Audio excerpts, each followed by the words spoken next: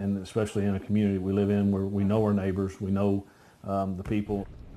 A domestic call in Gallatin County comes to a violent end after the deputy says a suspect pulls a gun.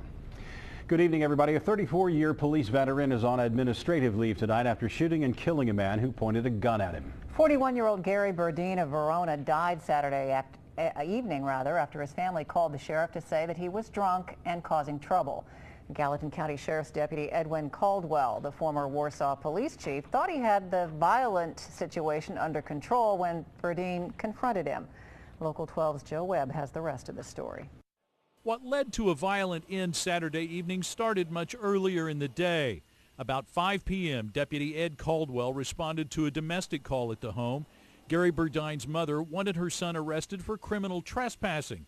The deputy said he couldn't do that and called the county attorney to have him explain it to her. I interviewed the lady, I talked with the mother, and I indicated to her that I didn't think that it was appropriate to arrest somebody for trespassing in their own home. She decided to file charges later, and everyone seemed to cool down.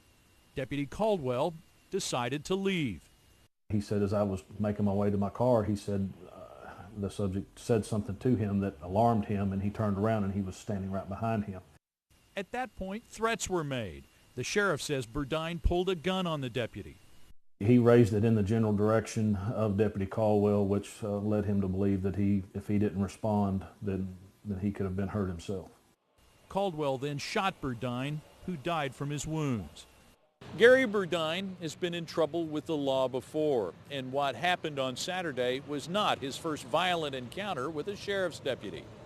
In 2000, Fort Mitchell police charged Burdine with resisting arrest, terroristic threatening, disorderly conduct, and alcohol intoxication.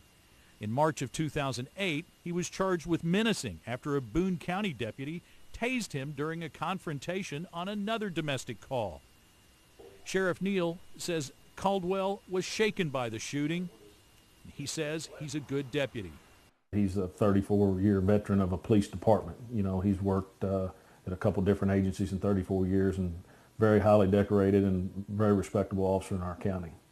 Deputy Caldwell is on routine paid administrative leave pending an investigation. Sheriff Neal says if he's cleared, he's welcome to come back when he's ready. In Warsaw, Joe Webb, Local 12 News. And the Kentucky State Police Post in Campbellsburg is investigating this shooting.